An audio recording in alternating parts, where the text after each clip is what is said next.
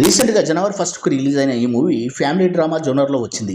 రామ్ కిరణ్, మేఘా ఆకాష్ జంటగా నటించిన ఈ మూవీలో రాజేంద్ర ప్రసాద్ కీలక పాత్రలో కనిపిస్తాడు. కథ విషయానికొస్తే కుటుంబానికి అత్యంత ప్రాధాన్యతనిచ్చే కళ్యాణ్ 6 దాటిందంటే ఒక్క నిమిషం కూడా ఆఫీస్‌లో ఎంత వర్క్ ఉన్నా ఉండడు. తన ఫ్యామిలీ కోసం స్పెండ్ చేసే ఏ అవకాశాన్ని వదలడు. ఫ్యామిలీకి బ్రెడ్ బటర్ అతనొక్కడే. అపురూపంగా చూసుకునే చెల్లి, తమ్ముడు, అన్నయ్య, నాన్న, అమ్మ.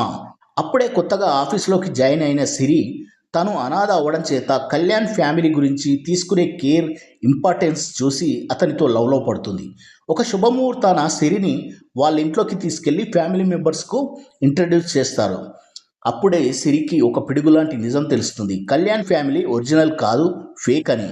వాళ్ళందరినీ కిడ్నాప్ చేసి వారితో ఫ్యామిలీ బాండింగ్ పెట్టుకున్నాడని, అసలు కళ్యాణ్ ఎవరు, ఎందుకు ఈ ఫోర్స్డ్ ఫ్యామిలీ డ్రామా ఆడుతున్నాడనేది remaining film of the story. Movie చూశాక నాకైతే నచ్చలేదు. Outdated story, routine old template family drama. Point కొత్తగా ఉన్న దర్శకుడు ఉదయ్ శర్మ ప్రజెంటేషన్ 4 పాటలు 3 ఫైట్లు అన్న రెగ్యులర్ ఫార్మాట్లో ఉంది. రామ్ కిరణ్, మేఘా ఆకాష్ల నటన బాగుంది. రాజేంద్ర ప్రసాద్, సత్యాల కామెడీ అక్కడక్కడ ఆకట్టుకుంటుంది.